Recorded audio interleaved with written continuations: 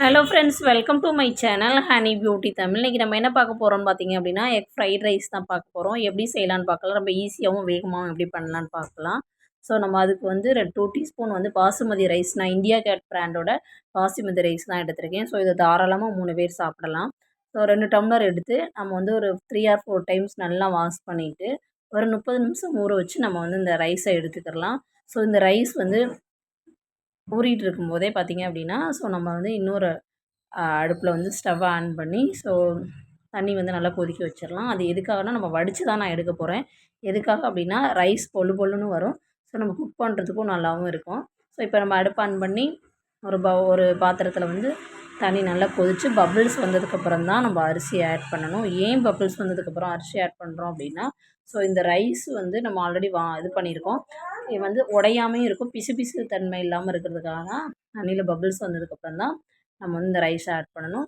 So வந்து ஒரு 80% தான் இந்த ரைஸ் குக் ஆகும். இதில் வந்து ஒரு 1½ ஸ்பூன் வந்து சால்ட்டும், ஒரு 1 ஸ்பூன் வந்து நான் ரீஃபண்ட் ஆயிலும் சேர்த்துருக்கேன். இது எதுக்காகனா, ரைஸ் வந்து ஒன்றோட ஒன்றா வந்து ஒட்டாமல் இருக்கிறதுக்கு, குழைய இருக்கிறதுக்காக தான் இது வந்து நான் ஆட் பண்ணியிருக்கேன். ஸோ ரைஸ் 80% குக் ஆனதுக்கப்புறம் நம்ம எடுத்துடலாம். ஸோ இது குக் ஆகிட்டு இருக்கையில் இன்னொரு அடுப்பில் வந்து ஒரு கடாயை வச்சு, ஸோ நம்ம அது வந்து ஒரு 3 பேர் தாராளமாக சாப்பிட்ற அளவுக்கு அந்த ரைஸ் பண்ண போகிறோம். ஸோ அதனால் 4 எக்கு எடுத்திருக்கேன். எக் ஃப்ரைட் ரைஸ்க்கு தான் எக்கு முக்கியம் அப்படிங்கிறனால ஒரு எக்கு எக்ஸ்ட்ராவே நான் ஆட் பண்ணியிருக்கேன்.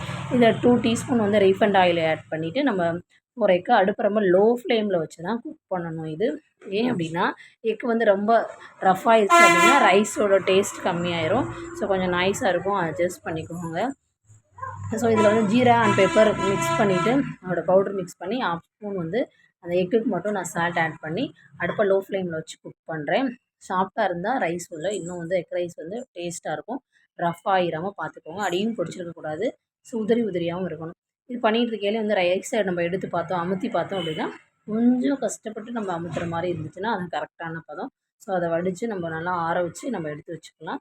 ஸோ அதே கடாயில் மறுபடியும் 3 ஸ்பூன் ரீஃபண்ட் ஆயில் ஆட் பண்ணிவிட்டு 1/2 ஸ்பூன் ஜீரகம் ஆட் பண்ணி நான் வந்து ஆரிக்கேனோ வந்து ஃப்ளேவருக்காக நான் லைட்டாக போட்டிருக்கேன். ஸோ உங்களுக்கு வேணாம் அப்படின்னா நீங்கள் ஸ்கிப் பண்ணிக்கலாம்.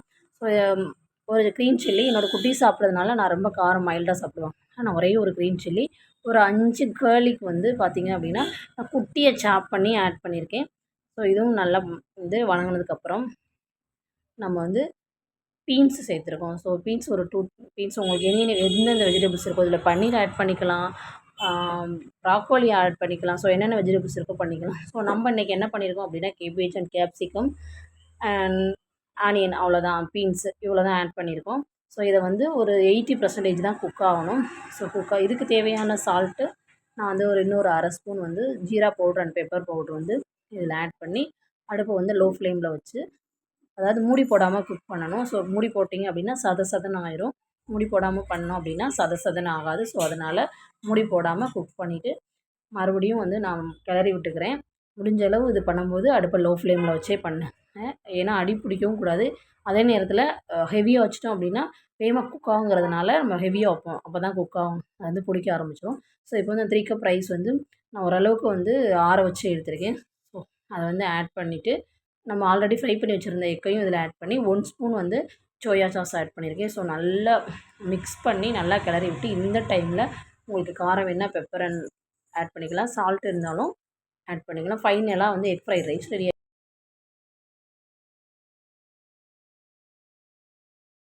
தொடர்ந்து நம்ம வீடியோ வாட்ச் பண்ணிடுங்க. மறக்காம நம்ம சேனலை சப்ஸ்கிரைப் பண்ணிக்கோங்க. தேங்க்யூ.